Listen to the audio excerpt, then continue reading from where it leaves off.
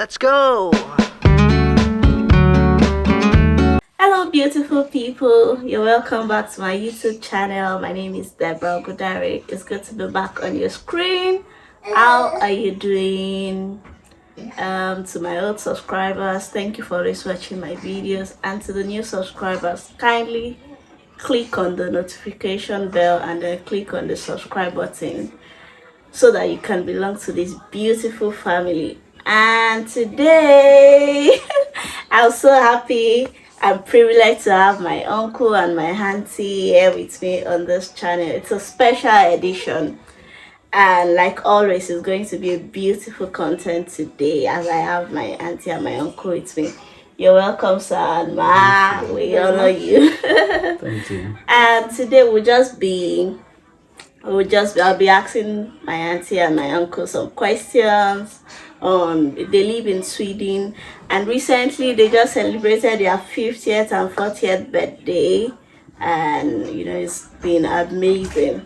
Congratulations once again, sir and ma. So I'll just be, they've been in Sweden for more than 10 years or 15 years. Like they've been in abroad, like, they moved from Nigeria to overseas, and it's been more than 10 years, I can remember. So I'll be asking them questions on the pros and cons of living in Sweden for people that might be this video will be useful for people considering to live in Sweden or move to Sweden. How does it look like? And yes, so and then they'll be giving us advice as far, as immigrants living in your country, what has been the lesson so far.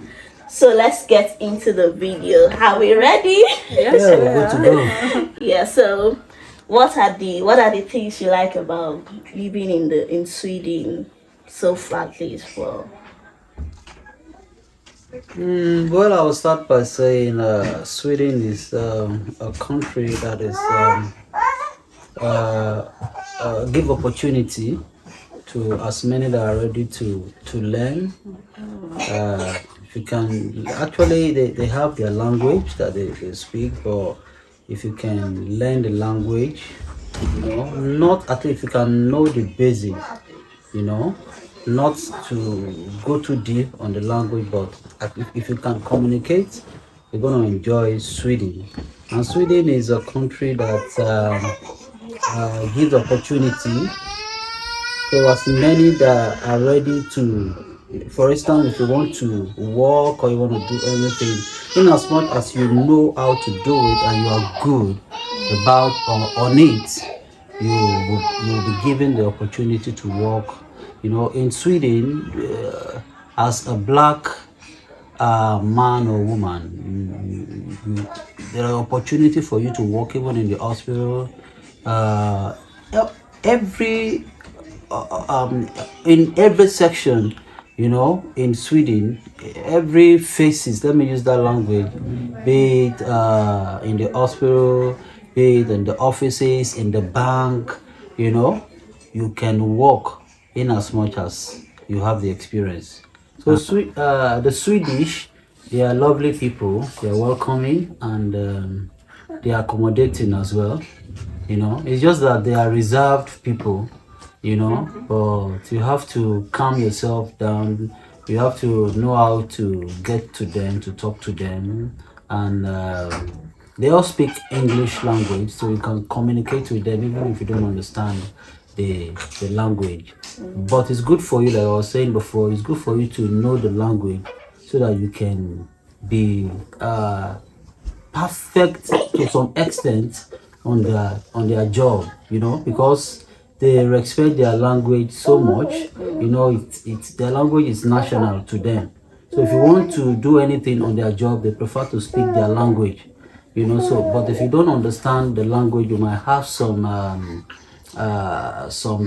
disadvantage. But if you know the language little, at least it will be okay for you. But Sweden is good.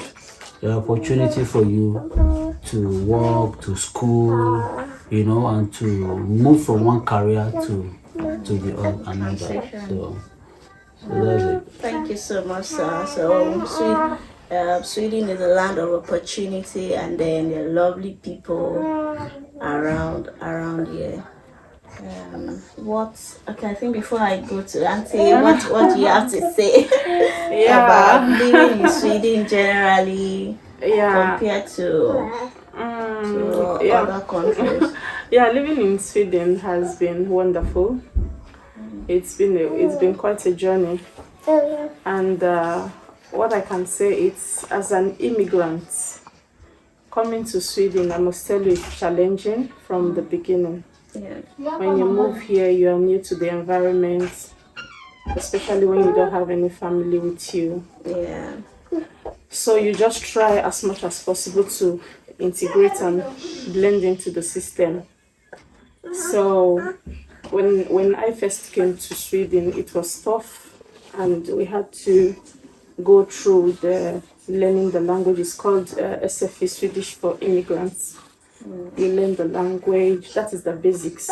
You have to learn the language, like my husband has said, and when you learn the language, it automatically gives you opportunity. You understand? Like, for instance, if you don't speak Swedish Yeah. and I speak Swedish and we are applying for same job, Yeah, they I give have more preference to advantage okay. than the person who don't speak Swedish. You understand? So their language is the basics. So if you can, then that's a great opportunity for you. Then secondly, what I like about Sweden is they create, coming back from a country where we have to pay for our schooling. You pay for your secondary, you pay for your university. Here it's not like that. It's the other way around. When you school here, they pay you. Wow. Yeah. Sweden, they pay you when you school. Like, and they make it compulsory, like they call it full-time job. Wow. So when you are taking a course in Swedish, and for you to be able to qualify for the next stage of your course, you have to pass this particular course that you have done. If you fail that course, when you are studying the next course, because it's a point-based system, you cannot get the benefit, because there's what we call CSN, those that pay you for studying. They always get the feedback from the school, like, so okay, Deborah has finished this course and now she has gotten so points. So when they get that, when you are applying for the next course, they double check with the school. You understand? They double check with the school, and if the school tells them that you didn't participate or you didn't do well, you are repeating that course. When you start repeating that course, you're not getting any money. Wow. Because they tell you it's a full-time job to you. You have to prioritize it. So that's why they pay you. That is why they pay you. And the way they pay you, the system it's So is it like the full, like minimum wage, or they have that's what I want to explain. The way they pay you, they calculate it like the cost of living that's okay for you. Okay. Do you understand? Just like scholarship. Yeah. Something The cost like of that. okay, let me use myself as an instance. When I was studying, when you fill the form of studying, you feel okay, you're living with your spouse. Are you working? No. How many kids do you have? They calculate those things. They know how much you need per child to take care of the child. So they just try to calculate and see that after you pay your rent, you pay this and that, then you are okay. Yeah, so that's the good thing, unlike where we are coming from. And another thing I like about Sweden is But do you have to pay back the money at any point, or? That's a very good question. There's what we call study bedrag. Like, you get that money based on studies. Then there's what we call loan bedrag. That's a borrowed money. So it's two different kind of income. They call it income. Yeah. So for some people, let's say for example, if I'm studying and they decide to pay me 10,000 Swedish crown in a month, and I feel that money is not enough for me to run my expenses, then I apply for that loan bedrag, like a borrowed money. Okay, after the amount they are supposed to give you. Yes. Okay. So when if they have plans to give you 10,000 Swedish crown in a month, and you see that it's not enough for you to run your expenses, then you apply for the loan withdrawal. So maybe they calculate and they give you an extra 5,000-6,000. It depends on how they calculate. So at the end of, let's say if your course is 2 years, that loan they have given you every month for that 2 years, not the study withdrawal, not the first 10,000. If they've given you 6,000 loan every month times 24 months, that is what you have to pay back. Okay. That is why it's called a borrowed money. The loan is student loan, and that student loan, it's as the interest rate is as low as 0.5. Wow. It's really low, and you don't have to pay immediately. You can start paying as soon as you get your first job. Yeah, I think in UK they have that system too for their citizens. When you want to go to school, then you apply for the student loan. But I'm not sure if they have this one, the one that the government give you, like the free money. Okay. But they have the student loan. Then after your first job, if you get a job that is paying you about 25,000 or so, then they start deducting the student loan until you finish paying. And the good thing about that payment plan is they can calculate for you from the beginning, but you also can give them like a suggestion of this is what I can afford. So if they calculate from the first date you are supposed to start paying, if they calculate, let's say 3,000 Swedish crown for you to start paying back, you can do an application and say 3,000 is too much, you can afford 1.5. It's okay. They calculate, okay, it can take you 5-6 years to make that payment and all that. And if after that's your first course, let's say you've studied for 2 years and you want to further, you still don't have to start paying back. That's for those who took the student loan. Yeah. So whenever you are through with your studies, then they make a payment plan for you, and if it's okay for you, fine. If it's not okay, you just reschedule a new payment plan with them. So that's one good thing. They don't put you under stress. To pay back. Yeah. Then another thing I like about them is their healthcare system. Yes. Yeah, they are really, it's good. And for my 3 children, we've never paid for childbirth. And I think the only money we paid was when he had to sleep in the hospital. So his own bed is what is the, what is it called now? It's the bill they always send to us. So I've never paid. Instead, even my first delivery, they even booked a taxi for me to take me home. Yeah, they booked taxi for us to take us home. So their healthcare sector, it's really good. But do you pay, like, do they deduct this national insurance and tax from your pay? The thing is, Sweden is a tax-based system. When you are working, we pay. Some people pay 35% tax. Some people pay 32%. It depends on the city where you live. So that's why I said from the beginning. Sometimes you can say in a way we pay, in a way we don't pay. Because all these benefits like this childbirth and everything, I pay them through my taxes. You understand? They are funded through taxes. So you really can't tell the percentage you pay that goes into the healthcare sector. Yeah. But what I know, that tax we pay, percentage go into the healthcare sector.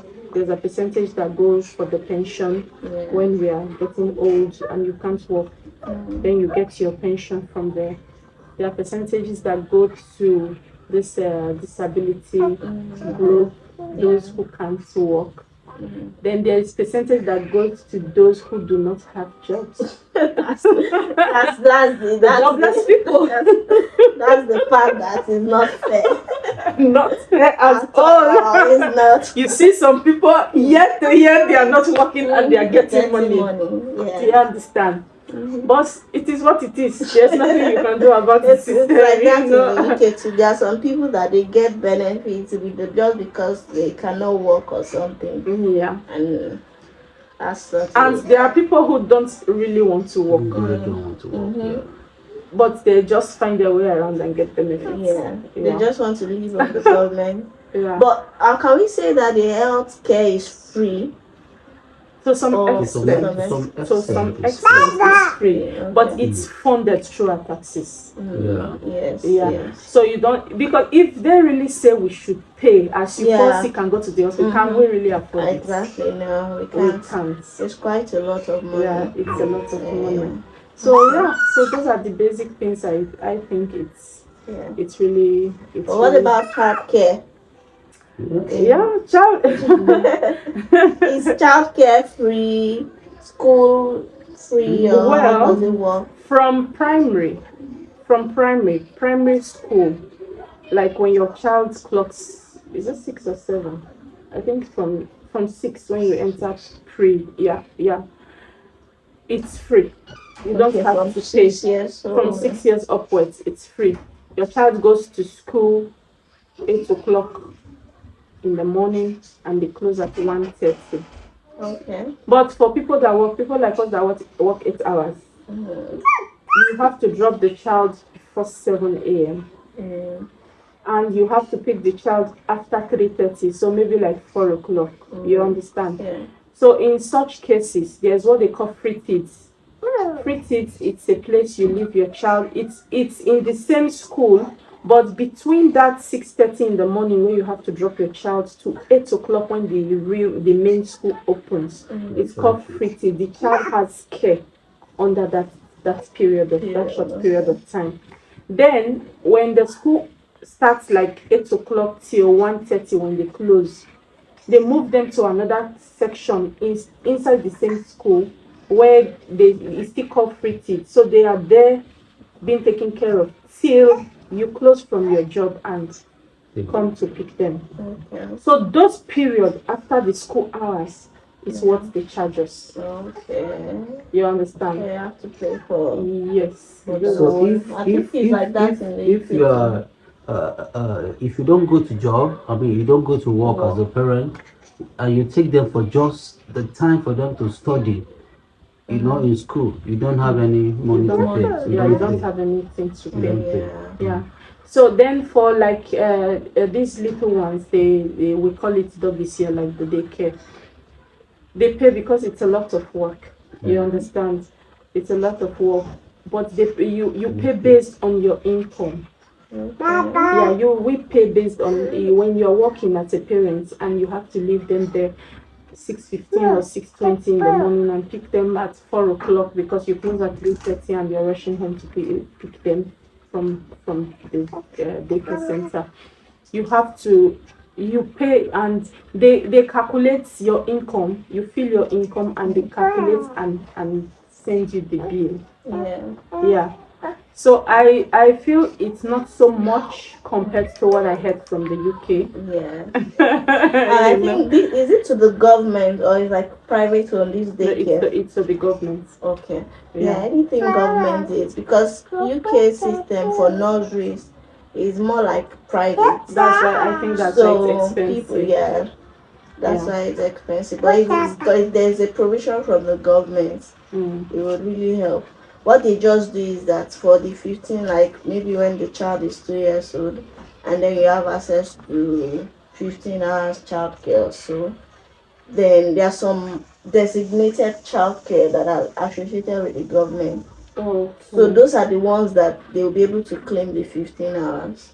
Okay. Yes, that's how it works. But if not, you will still have to pay to be. But it's still private owned. So it's not like government.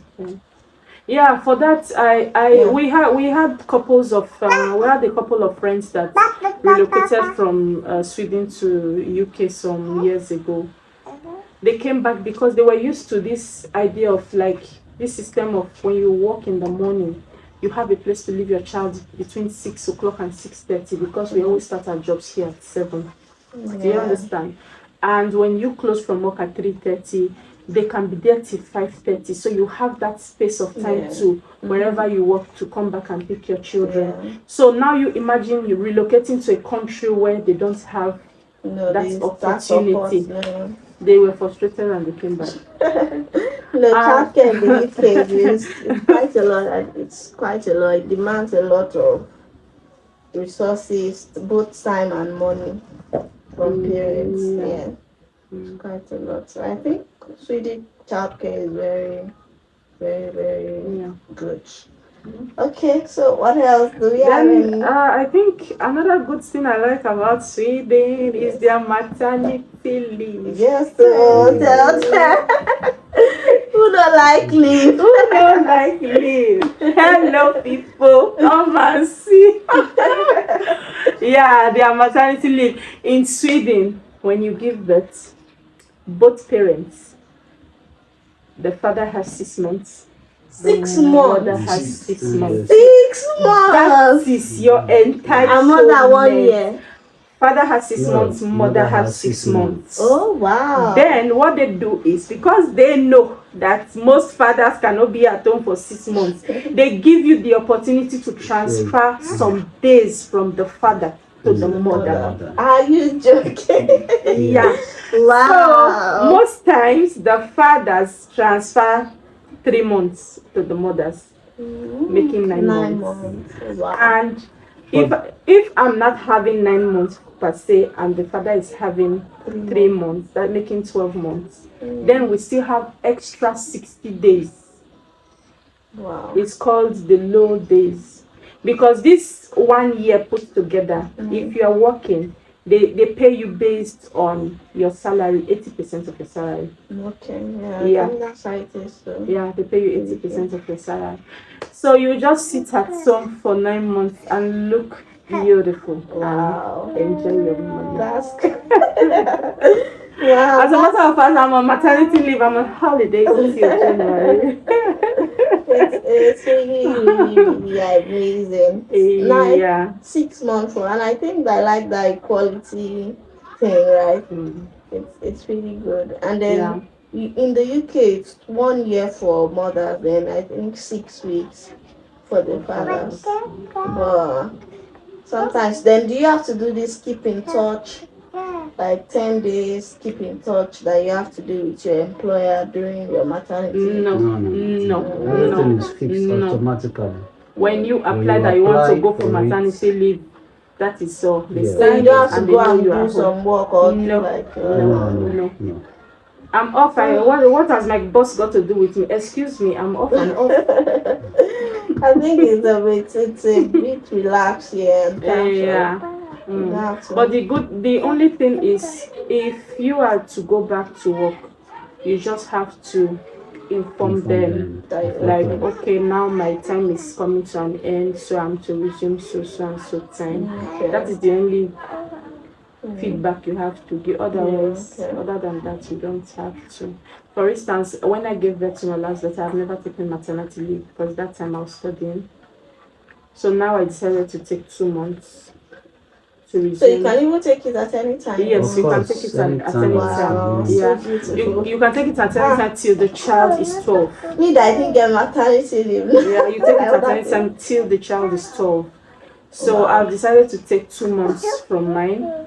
I thought of going back to work January ending, but I think I'm having a rethink of adding 1 more month till February. Hello. Yeah, actually my boss told me that she was like, because she knows sometimes you're coming back from maternity, you are not really ready. You understand? So she was just like, if by January, beginning of January, you feel you won't be ready at the end of January, just let me know so we can extend it. You cannot just wake up January ending and say, I'm not coming back now. No.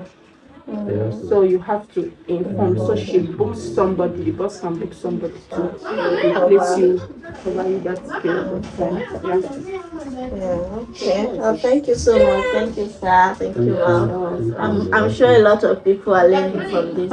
So, what are the things that you don't really like about? Because no system is perfect. Yes, definitely. So, but what are the things that you think, that they maybe you see like, oh, I wish this thing can be in place or something like that. If there's anything, and then you like people to prepare their mind for if they're moving to Sweden. I think Well, one thing, let me start from the weather. yes, You have to prepare Yes, so yourself this one has me. for the weather. the weather is The not weather here, weathering. you know,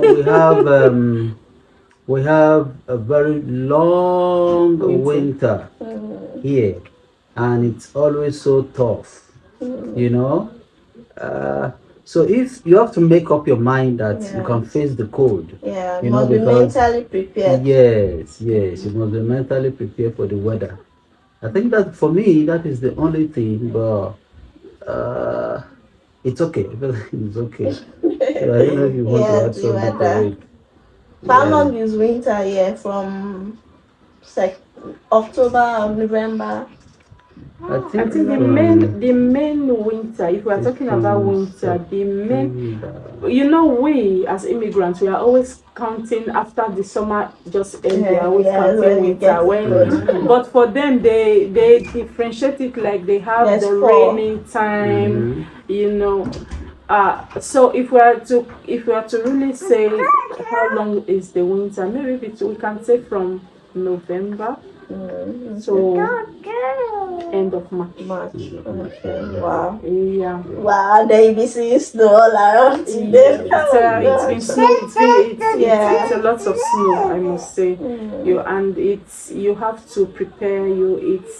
It takes a lot of money when you have children. You have to buy gloves. You have to buy socks. You have to buy cold clothes that can keep you warm.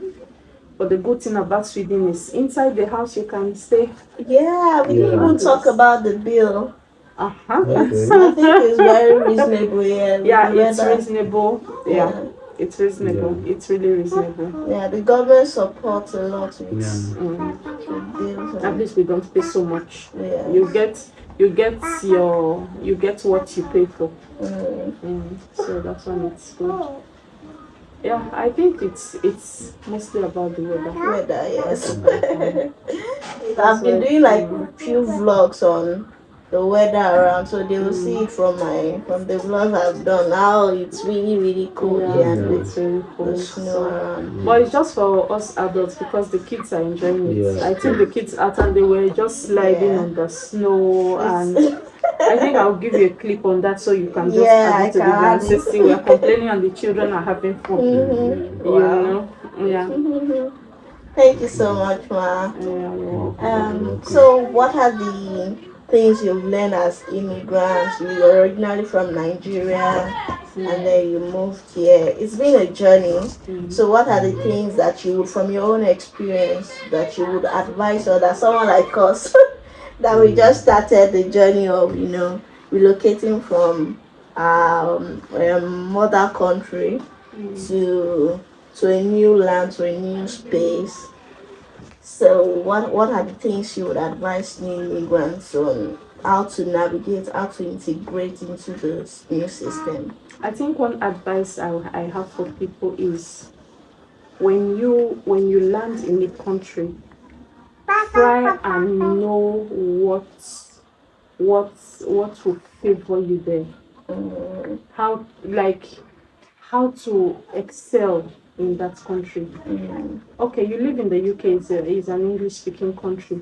When you come to Sweden, it's a Swedish country where you have to speak language. So for somebody who comes to Sweden and you don't want to learn language, you will struggle.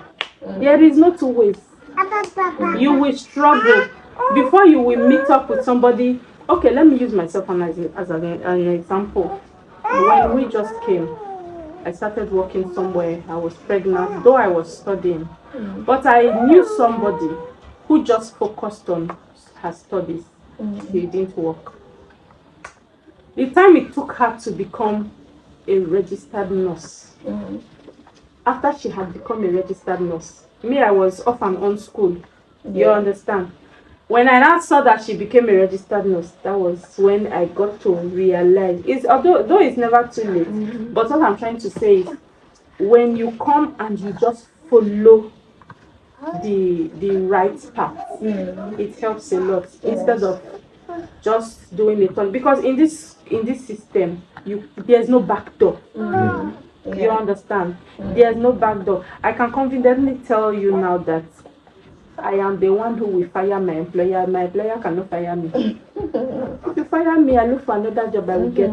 Do you understand? When you have the things they want, you will do well. So my advice for people who are coming in is, when you come to Sweden, if you're coming to a country where you speak language, just try as much as possible. Even if you don't learn the language, try and build yourself, because we have this system like Abel. There's the employment sector that's called Albert Family. They even train you if you want to be a carpenter. They send you there. Because they know everybody cannot work in the hospital. Not everybody can go and study book. So if you want to do handwork, welder, carpenter, hairdresser, they sponsor you. So look for a way to fit in. But I think now, no matter what you want to do, they are always asking of language. So my advice of people who are just coming is, have that mindset of you want to learn the language, and you will do perfectly and beautifully well.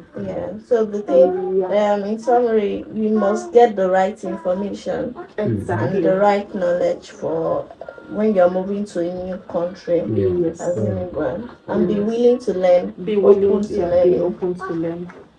You know, So that's my advice for. Yes, sir.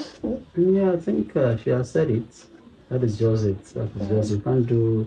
There's no shortcuts in Sweden. Everything about them is straight. So that is just it. The basis is the language. If you want to excel here, without the language, it's to be tough. To be difficult. Well, thank you so much. I think we've learned a thing or two, a lot today. Thank you so much for sharing from your depth of knowledge. We really appreciate it. Thanks for setting the pace for us. And it's amazing that I'm here today because I have you setting the pace. But I can always call you, and thank you for breaking the barrier. Because this land is a land of opportunity. It's where you can blossom. You can do as many. You can think of anything, and with the help of God, you get it done. You get it done. So thank you so much. Do you have any other thing to tell our viewers, our subscribers?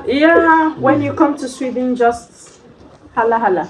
So they are willing to. You're always open. They are lovely people in our family. Thank you so much, Thank you, sir. Thanks for your support. Thanks for loving me. Let me say this.